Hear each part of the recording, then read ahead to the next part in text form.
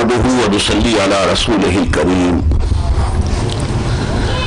أما بعد فقد قال الله تبارك وتعالى كما ورد في سورة آل عمران أعوذ بالله من الشيطان الرجيم بسم الله الرحمن الرحيم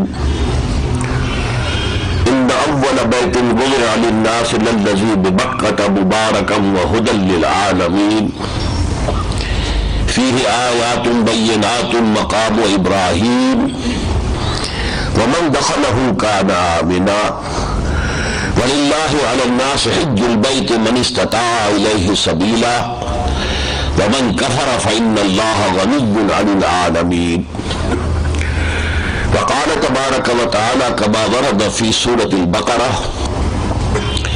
يا أيها الذين آمنوا يا أيها الناس اعبدوا ربكم الذي خلقكم والذين من قبلكم لعلكم تتقون وقال عز وجل كما ورد في سورة الزاريات وما خلقت الجن والإنس إلا ليعبدون صدق الله العظيم وقال النبي صلى الله عليه وسلم بني الإسلام على خمس شهادة أن لا إله إلا الله وأن محمد رسول الله وإقام الصلاة وإيتاء الزكاة وصوم رمضان وحج البيت من استطاع إليه سبيلا رواه البخاري ومسلم عن عبد الله بن عمر رضي الله تعالى عنهما وعن الحارث الأشعري رضي الله تعالى عنه قال قال رسول الله صلى الله عليه وسلم إني آمركم بخمس الله أمرني بهن بالجماعة والسمع والطاعة والهجرة والجهاد في سبيل الله رواه الإمام أحمد والإمام الترمذي رحمهم الله رب اشرح لي صدري ويسر لي أمري واحلل عقدة من لساني يفقهوا قولي اللهم ربنا ألهمنا رشدنا وأعذنا من شرور أنفسنا اللهم أرنا الحق حقا وارزقنا اتباعه وأرنا الباطل باطلا وارزقنا اجتنابه اللهم وفقنا لما تحب وترضى اللهم وفقنا أن نجاهد في سبيلك بأموالنا وأنفسنا اللهم ارزقنا شهادة في سبيلك آمين يا رب العالمين معزز حاضرین اور محترم خواتین السلام علیکم ورحمۃ اللہ وبرکاتہ۔ میرے علم میں یہ بات تو کئی سال سے آ رہی تھی کہ مختلف ادارے جو حضرات حج پر جا رہے ہوتے ہیں ان کے لیے کچھ تربیت کا تعلیم کا بندوبست کرتے ہیں۔ ان میں کچھ کاروباری ادارے بھی شامل تھے کہ جو پھر ان کے لیے سفر کا اہتمام وغیرہ کرنا اور ٹکٹ اور بکنگ اس میں پھر اپنا کچھ محنتانہ بھی وصول کرتے تھے، لیکن یہ کام بھی کرتے تھے کہ لوگ جو جائیں تو وہ انہیں معلوم ہو کہ وہاں کیا کرنا ہے، کس طور سے کرنا ہے۔ لیکن یہ بات میرے علم میں پہلی مرتبہ آئی ہے کہ حج سے فارغ ہو کر آنے والوں کے لیے ایک لمحہ فکریہ بھی سامنے رکھا جائے کہ اس حج کی غرض و غایت کیا تھی، اور اگر اللہ نے یہ حج قبول کر لیا ہو، میں بڑے اگر کے ساتھ کہہ رہا ہوں یہ، تو پھر یہ کہ اب اس کے تقاضے کیا ہوں گے کہ جنہیں ہم اپنی زندگی میں پورا کریں۔ اس ضمن میں سب سے پہلی بات جو میں عرض کروں گا وہ یہ ہے کہ اصل میں تو جو فیصلہ کن مرحلہ ہوتا ہے وہ حج کے لیے روانگی کا وقت ہے۔ یہ وہ موقع ہوتا ہے کہ انسان اپنی زندگی کا پوری طرح جائزہ لے، میری زندگی میں کہیں کسی حرام کی آلائش تو نہیں، میری کمائی میں، میری معاشرت میں اللہ کے احکام کی کوئی خلاف ورزی تو نہیں ہے، اور ان چیزوں میں اگر دیکھیں کہ واقعی کمی ہے، کوتاہی ہے، تو صدق دل سے توبہ کریں کہ اللہ میں تیرے گھر کی زیارت کے لیے جا رہا ہوں تیرے حکم کے تحت، تو میں اب تک کوئی کوتاہی ہوتی رہی ہے، جو بھی ہوئی ہے اس کا اعتراف کرتے ہوئے میں تیری جناب میں توبہ کرتا ہوں، توبہ نصوح کرتا ہوں، سچی توبہ، حقیقی توبہ، مخلصانہ توبہ۔ یہ گویا کہ حج کے لیے روانگی سے پہلے کرنے کا ایک اہم کام ہوتا ہے۔ یہ کام شعوری طور پر کیا جائے، اور مجھے امید ہے کہ آپ حضرات نے ایسا کیا ہوگا، اس لیے کہ یہ حج ایک ایسی عظیم عبادت ہے، جتنی عبادات ہمارے دین میں فرض کی گئی ہے ان میں سب سے جامع ہے۔ میں ابھی بعد میں اپنی وضاحت سے عرض کروں گا کہ یہ جامع العبادات کس اعتبار سے ہے۔ یہاں میں صرف وہ حدیث جو ہے اس کا تذکرہ کرنا چاہتا ہوں کہ حضور نے 3 افعال یا اعمال کو قرار دیا ہے کہ جو سابقہ زندگی کے تمام گناہوں کا اللہ تعالیٰ کی طرف سے معافی کا ذریعہ بن جاتے ہیں۔ تمام گناہ، پوری زندگی، صغیرہ کبیرہ سب۔ ایک، کفر سے اسلام میں آنا۔ آج ایک شخص کفر سے اسلام میں آیا، پچھلا حساب صاف ہو گیا اس کا، اب اثر نو ہی اس کا حساب ہوگا جو بھی درج ہوگا۔ دوسرے، ہجرت، اپنا گھر بار، اپنے خاندان کو، اپنے وطن کو، اپنے آباء و اجداد کی سرزمین کو چھوڑ کر صرف اللہ کے دین کے لیے کہیں اور جانا، کاروبار کے لیے نہیں، کسی اور دنیاوی نفع کے لیے نہیں، صرف اللہ کے دین کے لیے۔ اس کی بھی تھوڑی سی تفصیل بعد میں آ جائے گی۔ اور تیسری شے حج مبرور، وہ حج کے جو اللہ کے ہاں قبول ہو جائے۔ لیکن میں نے اس لیے اگر کا لفظ کہا تھا، حج مبرور کی شرائط بہت سخت ہے۔ سب سے پہلے یہ کہ وہ حلال کی کمائی سے کیا گیا، حرام کی کمائی سے کیا ہوا حج اللہ کے ہاں قبول نہیں ہے، منہ پر دے مارا جاتا۔ ایک استثناء ہے کہ اگر حج پر روانگی سے قبل پورے خلوص سے دل کے ساتھ توبہ کر لے تو یہ بات کنڈون ہو جائے گی۔ اس لیے کہ التائب من الذنب کمن لا ذنب لہ، حضور نے فرمایا گناہ سے توبہ کرنے والا ایسے ہے جیسے اس نے گناہ کیا ہی نہیں، لیکن وہ گناہ کے ساتھ توبہ جو ہے وہ صحیح شرائط کے ساتھ توبہ ہو۔ وہ شرائط کیا ہے میں تیزی سے بیان کر دیتا ہوں۔ گناہ پر حقیقی ندامت ہو، اس کو چھوڑ دینے کا عزم مصمم ہو کہ اب دوبارہ کبھی نہیں کروں، اور بالفعل اس کو چھوڑ دے، صرف عزم نہیں، بالفعل چھوڑ۔ 3 شرطیں پوری ہوں گی تو یہ اس گناہ کے ضمن میں توبہ ہو جائے گی جو کہ حقوق اللہ کے ضمن میں ہے۔ نماز رہ گئی، روزہ نہیں رکھا، وغیرہ وغیرہ، اللہ کے حقوق ہیں، اس میں یہ 3 چیزیں کافی ہیں۔ ایک، حقیقی پشیمانی، نمبر 2 مصمم ارادہ کہ دوبارہ یہ کام نہیں ہوگا، اور نمبر 3 بالفعل ترک کر دینا۔ حقوق العباد کے بارے میں ان 3 کے علاوہ 4تھی شرط بھی ہے، جس کا حق مارا ہے اس کا حق ادا کرو یا اس سے معافی حاصل کرو، اس کے بغیر اللہ معاف نہیں فرمائے گا۔ وہ اپنے حقوق کے ضمن میں بہت سخی ہے، بہت معاف کرنے والا ہے، لیکن حقوق العباد کو وہ معاف کرنے والا نہیں ہے، اس کا اختیار اسی بندے کو ہے۔ چنانچہ ایک حدیث جو ہے جو لرزا دینے والی ہے کہ حضور نے ایک مرتبہ صحابہ سے پوچھا اتدرون من المفلس، کیا آپ لوگ جانتے ہیں مفلس کون ہوتا ہے؟ صحابہ نے جواب دیا المفلس عندنا من لا درہم لہ ولا دینار، حضور ہمارے نزدیک مفلس وہی ہوتا ہے جس کے پاس دینار نہ ہو، درہم نہ ہو۔ آپ نے فرمایا نہیں، میری امت کا مفلس وہ ہوگا جو قیامت کے دن حاضر ہوگا تو نمازیں بہت پڑھی ہوگی اور روزے رکھے ہوں گے، حج کیے ہوں گے، لیکن کسی کا مال ہڑپ کر لیا ہوگا، کسی پر تہمت لگا دی ہوگی، کسی کی عزت کو بٹا پہنچایا لگایا ہوگا، تو وہ دعوے دار سب جمع ہو جائیں گے، اے اللہ اس نے میرا یہ حق مارا، بہن آ جائے گی، اس بھائی نے وراثت میں میرا حصہ مجھے نہیں دیا. اللہ تعالیٰ اب وہاں کیا ہے؟ کوئی کرنسی نہیں. اللہ فرمائے اچھا بھائی اس کی نمازیں تم لے جاؤ.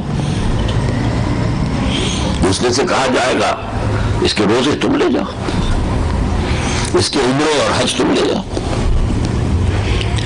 اس کے اپنے اعمال ختم ہو جائیں گے، دعوے دار ابھی باقی ہوں گے. اب ان دعوے داروں کے گناہ اس کے پلڑے میں پڑیں گے. اس کے فلاں گناہ کو اس کے پلڑے میں ڈال دو، اس کی طرف سے وہ جو ہے صاف ہو گیا. یہاں تک کہ وہ شخص دوسروں کے گناہوں کے بوجھ تلے دب کر جہنم میں جھونک دیا جائے گا. یہ ہے مفلس. تو حقوق العباد کے ضمن میں چوتھی شرط ہے. تو صحیح اگر توبہ کر لی جائے جاتے ہوئے تو چاہے اس سے پہلے انسان کی کمائی میں حرام کی آمیزش رہی ہو، اللہ تعالیٰ بخشنے والا ہے. لیکن اگر توبہ بھی نہیں کی، بس ایک روٹین میں جا رہے، حج ہے ایک روٹین ہے، جا رہے ہیں بس، تو پھر اس کا مطلب یہ ہے کہ وہ حج قبول نہیں ہوگا. اسی طرح فلا رفث ولا فسوق ولا جدال فی الحج. حج میں اگر کسی عورت کو شہوت بھری نگاہ سے دیکھا ہے تب بھی آپ کا حج باطل ہو جائے گا. فلا رفث ولا فسوق ولا جدال فی الحج. اور وہاں اس کے بڑے بڑے امتحان ہوتے ہیں. ظاہر بات ہے کہ ہجوم ہوتا ہے، عورتیں بھی ہوتی ہیں، ہر عمر کی، ہر شکل و صورت کی. اور احرام کے بارے میں عام خیال یہی ہے کہ عورت کو چہرہ نہیں چھپانا چاہیے. اس حوالے سے کھلے چہرے کے ساتھ خواتین سامنے آتی. اسی طرح لڑائی جھگڑا، فلا رفث ولا فسوق ولا جدال فی الحج. سفر میں جھگڑے ہوتے ہیں. آپ نے ایک ٹیکسی کی ہے، اب ظاہر بات ہے کہ جو دروازے کے ساتھ والی سیٹ ہے وہ کمفرٹیبل ہے، درمیان میں جو ہے وہ تو ایسے بیٹھتا ہے جیسے کہ اونٹ کے کوہان پر بیٹھا ہوا ہو، لیکن باہر کسی ایک کو تو بیٹھنا ہے. اب جھگڑیں گے اس پر، ہوتا ہے.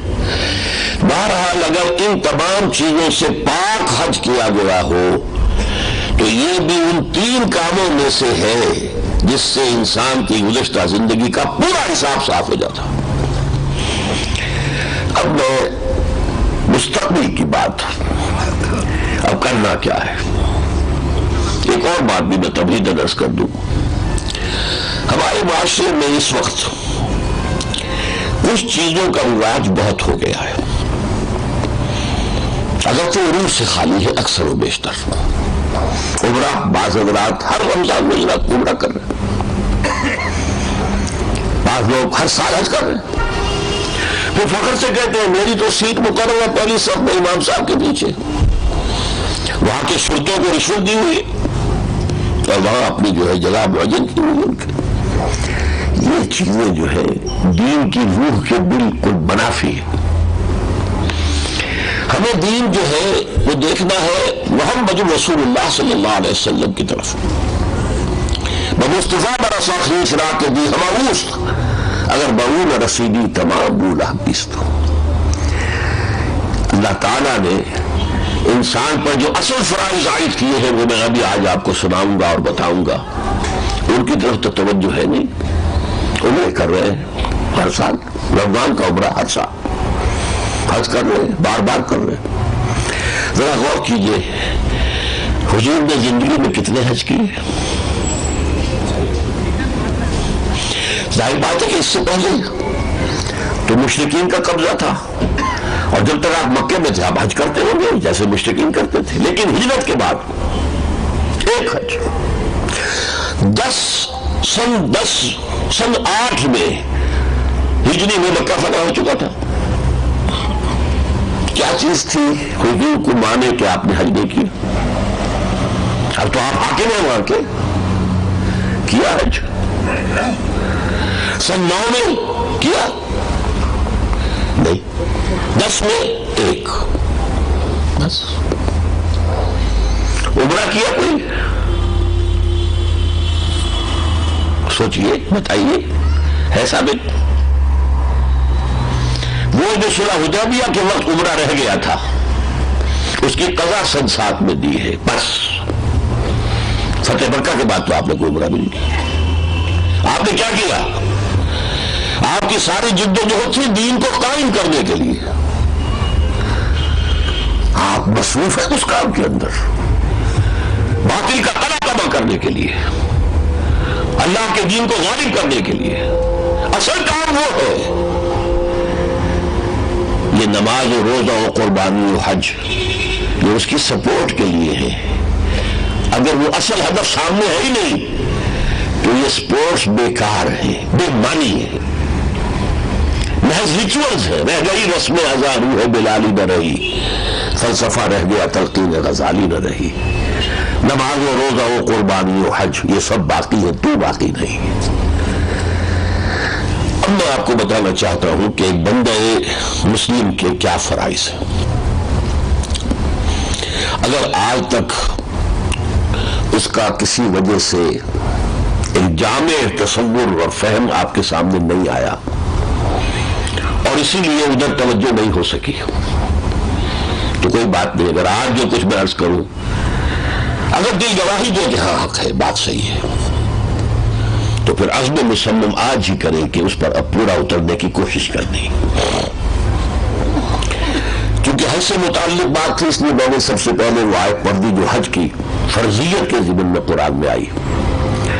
ان اول بیت وضع للناس للذی ببکۃ مبارکا وہدی للعالمین۔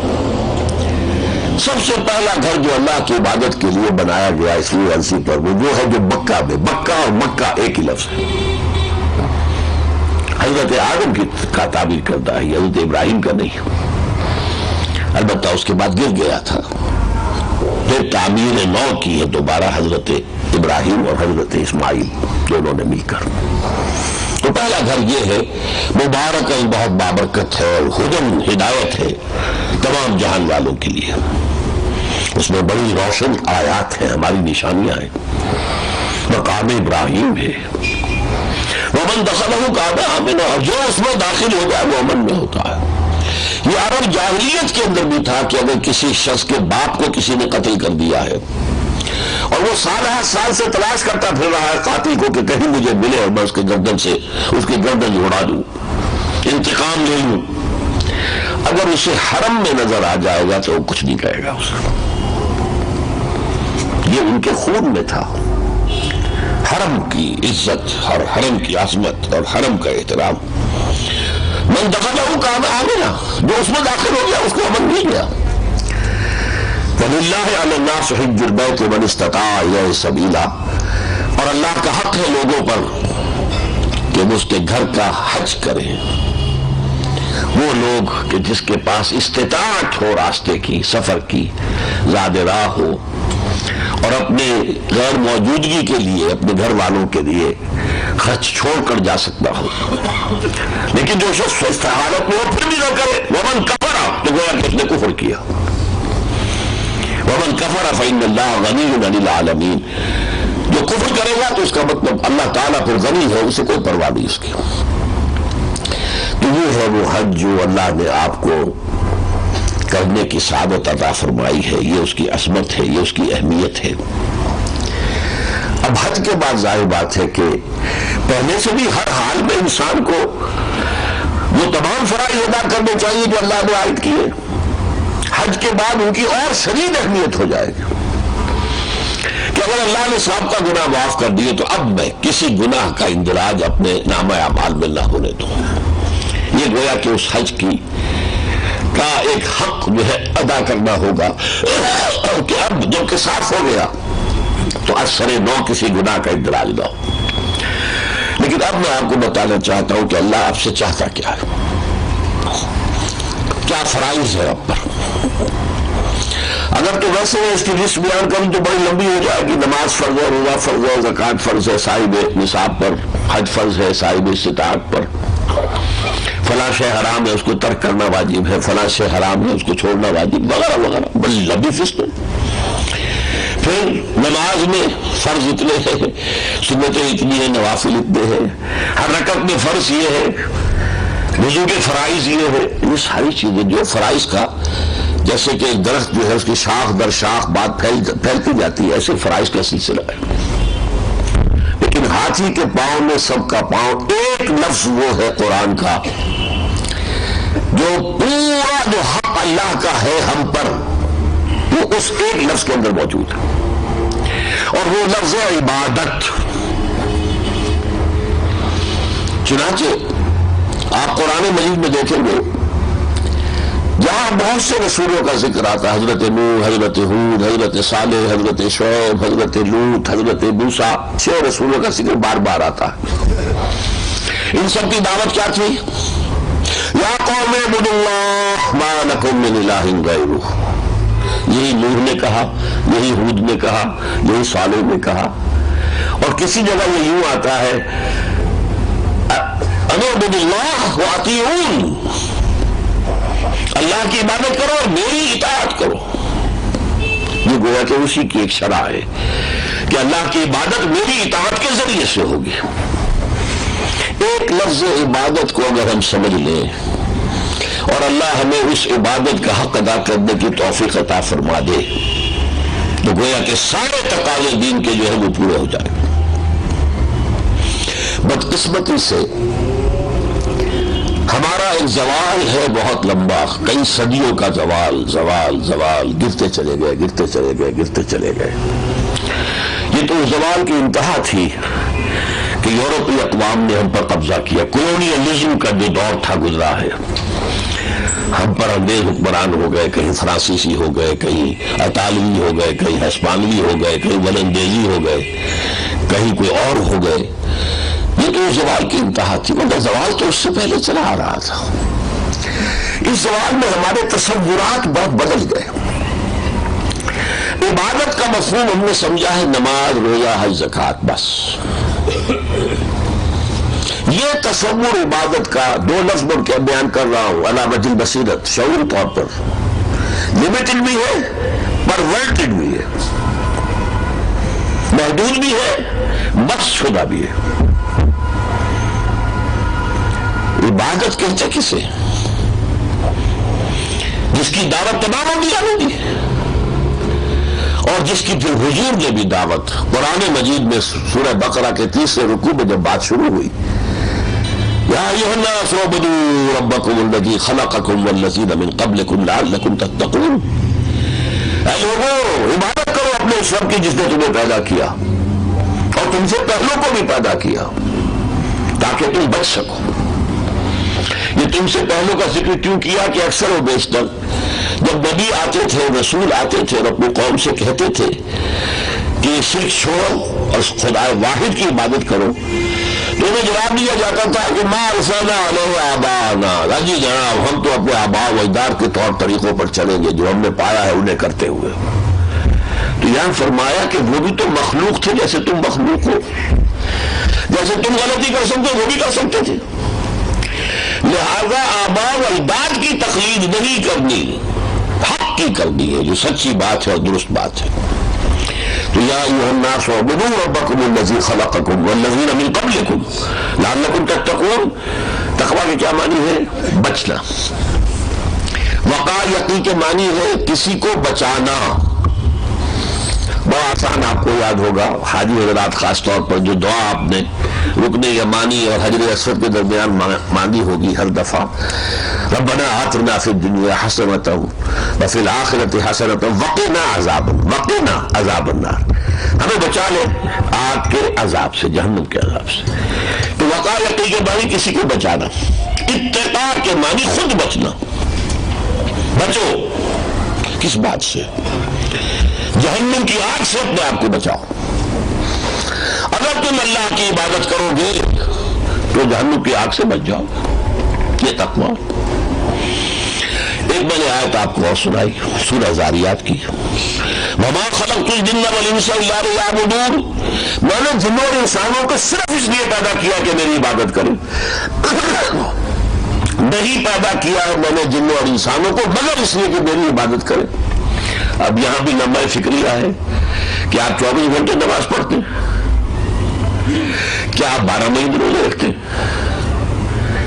تو اگر کہ عبادت کے معنی ہے نماز، روزہ، حج، زکوٰۃ، تو پھر تو یہ کہنا کہ صرف اس کام کے لیے ہم نے پیدا کیا، یہ تو بات صحیح نہیں بنتی.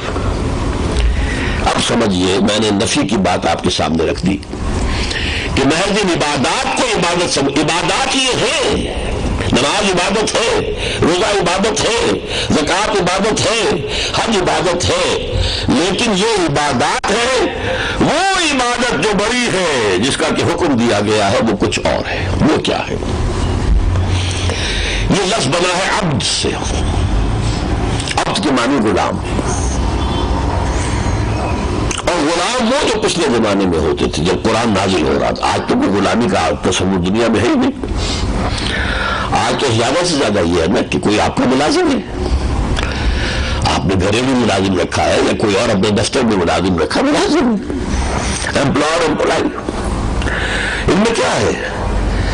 اس کا ایک وقت معین ہے، اس میں وہ آپ کا کام کرے گا۔ اگر مزدور 8 گھنٹے ہو گئے تو بس چھٹی، اور اس کے بعد وہ اور آپ برابر ہے۔ قومی سطح پر اس کا بھی ایک ووٹ ہے، آپ کا بھی ایک ووٹ ہے، چاہے وہ مزدور ہے اور آپ امپلائر ہے۔ تو یہ کہ اگر آپ نے کسی کو رکھا ہے ملازم باورچی کی حیثیت سے، اور فرض کیجیے پرانا زمانہ جبکہ ابھی یہ فلش سسٹم نہیں تھے، کسی روز بھنگن نہیں آئی اور آپ نے کہا کہ جاؤ بھائی ذرا آج وہاں صفائی کر دو، تو کہے گا صاحب نہیں، مجھے اگر آپ نے خانسامہ کی حیثیت سے رکھا ہے، میں یہ آپ کے جو ٹوائلٹ ہے صاف کرنے کے لیے تو نہیں، صاف جواب دے گا۔ غلام کا معاملہ یہ ہے وہ ہمہ وقت اور ہمہ جہت اطاعت کرے، رات کو 12 بجے حکم دے جو حکم دے۔ غلام تو وہ ہوتا تھا، اور غلام ملکیت ہوتا تھا، غلام مملوک تھا۔ شاید آپ کے علم میں یہ نہ ہو کہ اگر آقا اس زمانے میں اپنے غلام کو قتل کر دیتا تھا تو اس پر کوئی مقدمہ نہیں، میری ملکیت ہے بھائی، میری بکری تھی، میں نے ذبح کی، گوشت کھا لیا، تم کون ہوتے ہو مجھ سے پوچھنے والے؟ ایسے ہی میرا غلام تھا، میں نے قتل کر دیا۔ اس اعتبار سے اس غلامی کا تصور کریں، ہمہ وقت، ہمہ تن، ہمہ وجود اطاعت، پوری زندگی میں اطاعت۔ یہ ہے وہ عبادت جو مجھ سے آپ سے اللہ کو مطلوب ہے۔ یہ عبادت بہت کٹھن ہے، اس میں رکاوٹیں ہیں۔ سب سے پہلے بھول، آپ دنیا کے دھندے میں مصروف ہو کر بھول جاتے ہیں کہ آپ کسی کے بندے اور غلام ہیں، اپنی من مانی کرنے پر آ جاتے ہیں۔ پھر آپ کا نفس اس کے تقاضے، فرائڈ کی اصطلاح میں انڈیویڈو، یہ نفس کے تقاضے اور اتنے زوردار ہیں اور اتنے اندھے بہرے ہیں، بھوک لگی اور کھانا ہونا چاہیے، حلال کا اور حرام کا مجھے پرواہ نہیں ہے، جنسی جذبہ بھڑک اٹھا ہے، اس کی تسکین چاہیے، حلال سے حرام سے کوئی پرواہ نہیں۔ اس نفس کو قابو میں رکھنا آسان کام نہیں۔ مولانا روم کہتے ہیں نفس ماں ہم کم ترس فرعون نیست، لیکن اورا نیست، میرا نفس بھی فرعون سے کم نہیں ہے۔ فرعون نے کہا تھا، دعویٰ کیا تھا، الیس لی ملک مصر، کیا مصر کی بادشاہی میری نہیں ہے؟ وہذہ الانہار تجری من تحتی، اور یہ سارے جو آبپاشی کا نظام ہے، نہریں بہہ رہی ہیں میرے کنٹرول میں، جس کا چاہوں پانی بند کر دوں، جس کا چاہوں موگا جو ہے بند کر دوں۔ اسی طرح میرا نفس کہتا ہے یہ جسم میرا ہے، اس پر میرا حکم چلے گا۔ You have to obey me. You have to fulfill my desire, my lust. نفس ماں ہم کم طرف فرعون نیست، میرا نفس فرعون سے کم نہیں ہے، لیکن فرعون نیست۔ فرعون کے پاس لا لشکر تھا، اس نے زبان سے بھی کہہ دیا انا ربکم الاعلی، میں یہ تو نہیں کہہ سکتا درویش ہوں، میرے پاس کوئی فوج تو ہے نہیں، لیکن میرا نفس اندر سے یہی کہتا ہے یہ جو اقلیم ہے، یہ جو وجود ہے تمہارا حیوانی، یہ میرا ہے، and I will guard it۔ پھر دنیا میں رہتے ہیں تو مال کی محبت بھی ہے،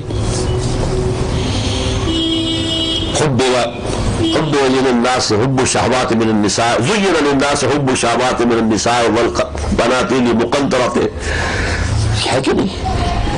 دولت کی محبت انسان کے نس میں پلا دی گئی. اب دولت کو پیش کر رہا رشوت کی شکل میں، نفس کہتا لو، اور یاد دلا دینا وہ کام کرنا تھا ابھی ہو سکا ہے، وہ فلاں کی تعلیم بچے کی اس کی فیس وہاں کی دینی تھی، وہ لمس کی فیس تو ابھی پڑی ہوئی ہے میرے ذہن میں، لو بابا. اور سب لیتے ہیں تم کہا تو تم جو ہے کہاں رہ گئے ہو، بہت بڑے پارسا بن گئے ہو. اس کو روکنا نفس کو آسان کام ہے. تو در حقیقت پوری زندگی میں اللہ کی بندگی کرنا، اللہ کی اطاعت کرنا، اس کے راستے میں جو رکاوٹیں ہیں ان کو دور کرنے کے لیے عبادات دی ہے. نماز کس لیے دی؟ اقم الصلاۃ لذکری، 5 مرتبہ اپنے معمولات میں سے نکل کر مجھے یاد کرو اور میرے ساتھ اپنا عہد تازہ کرو. ایاک نعبد و ایاک نستعین، پروردگار تیری ہی بندگی کرتے ہیں اور کریں گے، اور تجھ ہی سے مدد مانگتے ہیں اور مانگیں گے. 5 times a day. Start your day with this prayer. پھر دوپہر میں، پھر شام کا وقت، جب پرانے زمانے میں منڈیاں بند ہونی شروع ہو جاتی تھی اور لوگ اپنے گھروں کی طرف رجوع کرتے تھے اور بہت حسل بسل کا وقت ہوتا تھا، پھر عصر کی نماز، اور اسے سب سے اہم قرار دیا صلاۃ الوسطیٰ. حافظوا الصلاۃ والصلوات والصلاۃ الوسطیٰ. پھر عشاء کو، مغرب کو، پھر عشاء کو نماز. اقم الصلاۃ لذکر، یاد کرتے رہو. تم خود مختار نہیں ہو، تم بندے ہو کسی کے. تمہیں کسی کی اطاعت کرنی ہے، اس کے حالات پر قناعت کرنی ہے، اس کے حرام میں منہ نہیں مارنا ہے. 5 مرتبہ سبق دہراؤ، 5 مرتبہ. حفیظ جانندری کا ایک بڑا پیارا شعر ہے، سرکشی میں کر دیے دھندلے نقوش بندگی. ماتھے کے اوپر جو بندگی کے نشان ہوتے ہیں، سرکشی، نفس کی سرکشی کی وجہ سے دھندلے پڑ گئے ہیں. آؤ سجدے میں گریں، لوح جبی تازہ کریں. لوح جبی جیسے تختی ہوتی تھی نا بچپن میں تو تختی پر ہی لکھنا سیکھا تھا. اب تو کافی ہے، نہ تختی رہی نہ سلیٹ رہی، بے تحاشا خرچ. تختی کو پوت لیا، دوبارہ لکھو. سلیٹ تو صاف کیا، پھر اس کو استعمال کرو. کافی ہے، تباہی ہوتی ہے. بہرحال تو اس تختی پر سے جو نقش تھا وہ بدھم پڑ گیا ہے. سجدے میں گرو، اپنی زمین کو رٹو تاکہ وہ نقش تازہ ہو جائے، نمایاں ہو جائے. یہ ہے نماز. روزہ کس لیے؟ تمہارا انڈیا لبیڈو، اس کو اپنے کنٹرول میں لاؤ. بھوک اور پیاس، اس وقت تو خیر روزے بڑے آرام کے آ رہے ہیں نا. اب کچھ دیر زیادہ دودھ نہیں ہے، مئی کے بھی آئیں گے، جون کے بھی آئیں گے. حلق میں کانٹے پڑے ہوئے ہیں، اور آئے ہیں آپ دفتر سے یا کوئی طالب علم آیا ہے کالج سے، ایگزاسٹڈ، ڈی ہائیڈریشن کی وجہ سے جس حال ہو جاتا ہے اس موسم میں. گھر میں داخل ہوتا ہے، فریج موجود ہے، مشروب موجود ہے، نہیں پی سکتے، اللہ کا حکم نہیں. یہ 1 مہینے کی ریگرس ٹریننگ ہے. تم 1 مہینے حلال چیز نہیں پی رہے اور کھا رہے، تو 11 مہینے حرام سے تو بچو جو اللہ نے حرام کی ہے. یہ ہے اصل میں روزے کی حکمت. نفس کا تقاضا ہے، بیوی ہے، جائز راستہ ہے. دوپہر کے خیمے کے دوران بھی انسان ہم بستری کرتے ہیں. اسی لیے 3 اوقات لکم قرآن مجید میں سورہ نور میں آیا ہے. 3 اوقات ہیں 24 گھنٹے میں کہ جو خاص طور پر جن کو پوشیدہ کاموں کا معاملہ جو ہے قرار دیا گیا ہے. بعد صلاۃ العشاء قبل صلاۃ الفجر وعند الظہیرہ. ظہر کے وقت بیوی ہے، سب کچھ ہے، لیکن نہیں، اجازت نہیں. 1 مہینے یہ کر رہے ہو، حلال ذریعے سے بھی اپنی نفس کی خواہش پوری نہیں کر رہے، تو بقیہ 11 مہینے کے لیے اتنی طاقت پیدا ہونا چاہیے کہ حرام کی طرف نگاہ نہ اٹھے. مال کی محبت، اس کو توڑنے کے لیے زکات، انفاق، صدقات، خرچ کرو خرچ کرو خرچ کرو خرچ کرو خرچ کرو، انفقوا انفقوا انفقوا. من ذا الذی یقرض اللہ قرضا حسنا، کون ہے وہ جو اللہ کو قرض حسنا دے؟ اللہ قرض مانگتا ہے. تاکہ یہ مال کی محبت تمہارے دلوں سے کم ہو جائے. زکات کو زکات کہا کہ زکات کو معنی پاکیزگی، تزکیہ، پاک کرنا. دل کی سب سے بڑی نجاست مال کی محبت ہے. تو تصفیہ قلب کو صاف کرنے کے لیے انفاق، خرچ کرو، اللہ کی راہ میں دو، قرض حسنہ دو، انفاق فی سبیل اللہ کرو، صدقات دو، زکات دو. یہ ہے حکمت نماز، روزہ، زکات. حج میں یہ تینوں حکمتیں جمع ہوئی. اس لیے میں نے کہا تھا جامع العبادات. اس میں پیسہ بھی خرچ ہوتا ہے، وہ زکات والا عنصر آ گیا. احرام کی حالت میں کچھ بندشیں ہیں، تعلق ضرور شوق نہیں ہو سکتا، ابھی یہ ساتھ ہے لیکن نہیں. روزے کی بات بھی آ گئی، ذکر بھی آ گیا. لبیک اللہم لبیک، کتنا پیارا ذکر ہے، کیسا ترانہ توحید ہے. لبیک اللہم لبیک لبیک لا شریک لک لبیک، یہ ترانہ ہے. پھر طواف کر رہے، شاعر اللہ کو دیکھ رہے، نوافل پڑھ رہے، ذکر بھی آ گیا. ذکر، خرچ، انفاق اور نفس پر پابندی، تینوں کو جمع کر دیا حج کے اندر.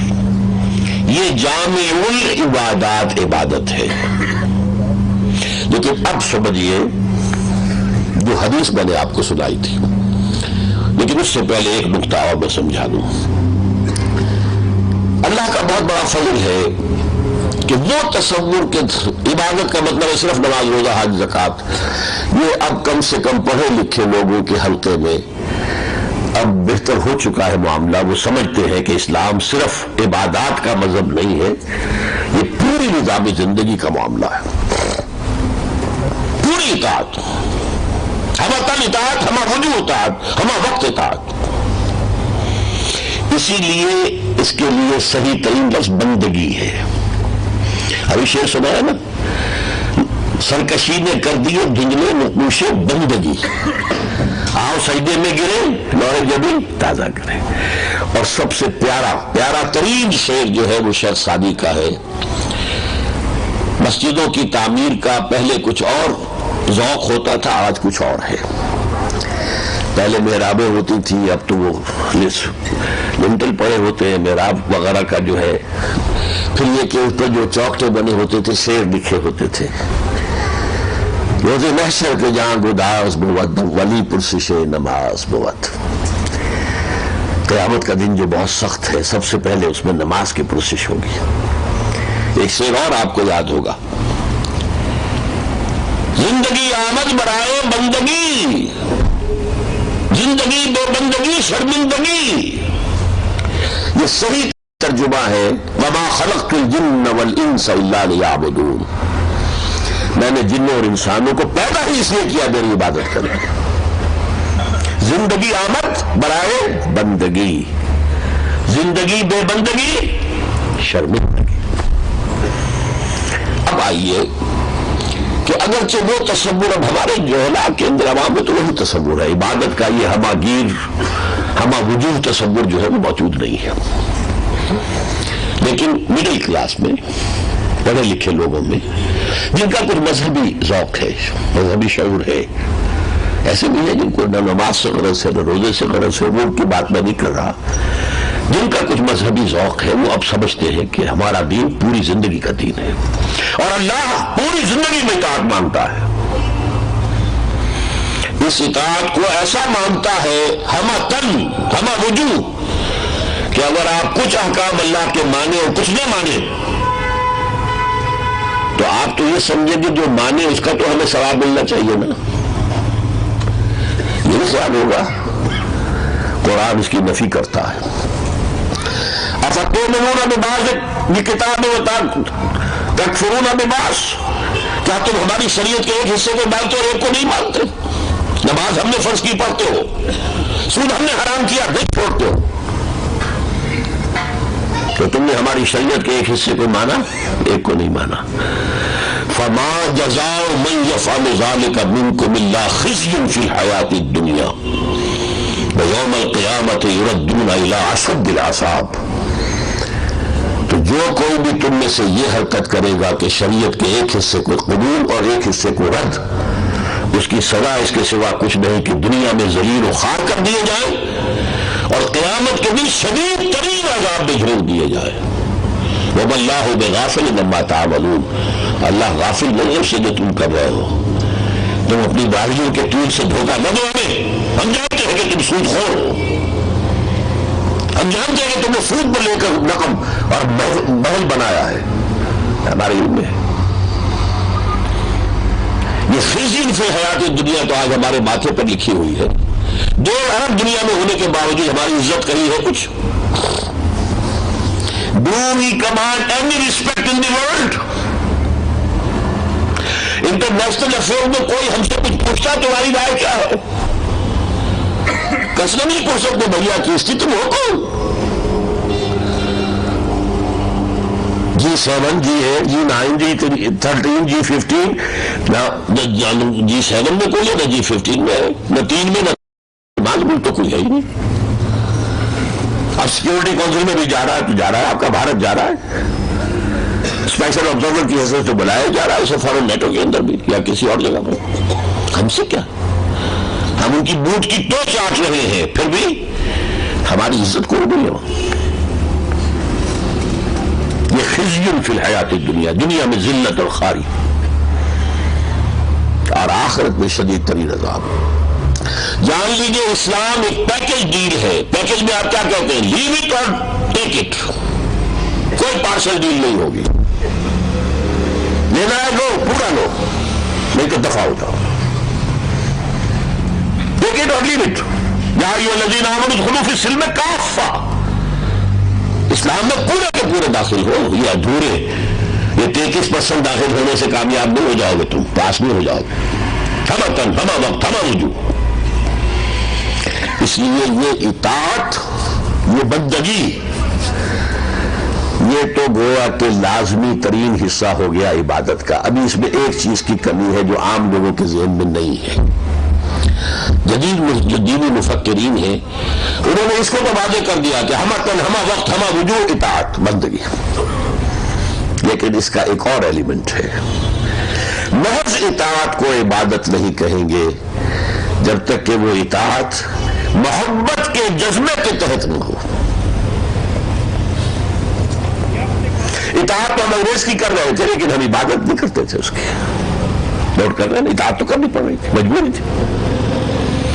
اگرچہ محض عبادت اور غلامی، محض اطاعت اور غلامی پر بھی قرآن میں عبادت کا اصطلاح استعمال ہوئی ہے. جب حضرت موسیٰ اور حضرت ہارون گئے ہیں فرعون کے دربار میں اور اس کے سامنے اپنی رسالت کا پیغام رکھا ہے تو بڑے ہی حقارت آمیز انداز میں فرعون نے کہا اپنے حواریوں سے اور اپنے درباریوں سے، یہ آئے ہیں ہمیں ہم سے کچھ تقاضا مطالبہ لے کر، وہ قوم عابدون، حالانکہ ان کی قوم تو ہماری عبادت گزار ہے. عبادت سے مراد یہاں کیا ہے؟ اطاعت. ظاہر بات ہے کہ بنی اسرائیل فرعون کی عبادت نہیں کرتے تھے، وہ واحد تھے، اللہ کی عبادت کرتے تھے، غلام تھے. تو اس نے لفظ عبادت استعمال کیا. قومنا عابدون، یہ تو عابد ہے، ہمارے غلام ہے. اور اگر کوئی کہہ دے کہ یہ تو فرعون کا قول ہے، اسے آپ دلیل کے طور پر نہیں لا سکتے، تو میں جواب دوں گا یہی لفظ حضرت موسیٰ نے استعمال کیا. دوسرے مقام پر ہے کہ جب فرعون نے یہ بھی کہا اے موسیٰ تم وہی نہیں ہو، الم نربک فینا ولیدا، کیا ہم نے تمہیں پالا پوسا نہیں تھا اپنے محل میں جب کہ تم چھوٹے سے بچے تھے؟ دریائے نیل میں سے تمہیں نکال کر ہم نے پالا پوسا. ہماری ملی، ہمیں کو بیاں ہماری ملی. تو حضرت موسیٰ نے پتہ کیا جواب دیا؟ وَتِلْكَ نِعْمَةٌ تَمُنُّهَا عَلَيَّ أَنْ عَبَّدتَّ بَنِي إِسْرَائِيل. یہ بڑا انعام میرے اوپر تم جتا رہے ہو جبکہ میری پوری قوم کو تم نے غلام بنا رکھا ہے. ایک کو پال دیا اپنے محل میں تو یہ احسان ہو گیا، پوری قوم کو غلام کو، یہاں بھی لفظ عبادت آ گیا، اب بچہ بنی اسرائیل۔ تو اس لیے اصل میں کہ جیسے میرا یہ جسم ہے 2.5 من کا وزن ہے، نظر تو وزن نہیں آئے گا نا، جسم ہی آئے گا، روح تو نظر نہیں آئے گی۔ عبادت کا جسم جو ہے جو نظر آتا ہے وہ اطاعت ہے، وہ بندگی ہے، وہ غلامی ہے۔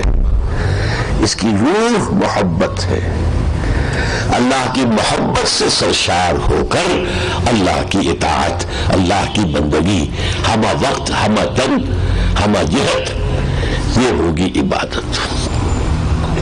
والذین آمنوا اشد حبا للہ، سورہ بقرہ میں فرمایا وہ واقعی مومن ہوتے ہیں، وہ شدید ترین محبت ان میں اللہ کی ہوتی ہے، نہ مال کی، نہ اولاد کی، نہ بیوی کی، نہ شوہر کی، نہ گھر کی، وہ تو پھر آیت میں آپ کو ایک اور سناؤں گا، لیکن والذین آمنوا اشد حبا للہ، محبت سے۔ اچھا، اس محبت کے لفظ کو آپ فارسی میں ادا کریں گے تو جیسے عبادت عبد سے کیا بنا؟ بندگی، اطاعت۔ یہ محبت کا لفظ آئے گا پرستش، پرستش، خود پرست انسان اپنی پرستش کر رہا ہے، اپنی خواہشات کی پرستش کر رہا ہے۔ وطن پرست انسان وطن پرست ہے، وطن سے محبت کرتا ہے، وطن کے لیے جان دینے کو تیار ہے۔ قوم پرست ہے، زر پرست ہے، شہوت پرست ہے، اور یہ جو ہوتے ہیں فلم سٹار وغیرہ ان کے پرستار ہوتے ہیں۔ تو یہ پرستش کا لفظ بھی نوٹ کر لیجئے، بندگی جمع پرستش، دے گو ٹو میک عبادت۔ اب میری بات مکمل ہوئی، اور یہاں میں اب حافظ ابن قیم کا جملہ آپ کو بتاتا ہوں۔ العبادت تجمع اصلین، عبادت میں دو چیزیں، دو بنیادیں جمع ہوتی ہیں۔ غایت الحب، حد درجے کی محبت اللہ کے ساتھ، وغایت الذل والخضوع، اور حد درجے میں اللہ کے سامنے بچھ جانا، جھک جانا، جو حکم سر آنکھوں پر، جو حکم حاضر۔ یہ ہے عبادت، بندگی جمع پرستش۔ اور عبادت جزوی قبول نہیں، منہ پر دے ماری جائے گی۔ جزوی عبادت کرو گے دنیا میں ذلیل و خاک کر دیا جاؤ گے، اور آخرت میں شدید ترین عذاب میں جھونک دیا جاؤ گے۔ اب آئیے ہم جائزہ لیں ہماری عبادت کا کیا حال ہے۔ دیکھیے، میں پاکستان کی 15 کروڑ آبادی میں کتنے لوگ ایسے ہیں جنہیں نہ نماز کا خیال ہے نہ روزے کا، ان کو چھوڑ دیجیے، ان سے میری اس وقت گفتگو نہیں ہے۔ یہاں جو آئے ہیں حاجی حضرات ہیں یا جن لوگوں کو دلچسپی مذہب سے دین سے وہی ہے نا۔ دیکھیے، ایک شخص جو پابند شریعت ہے 100%،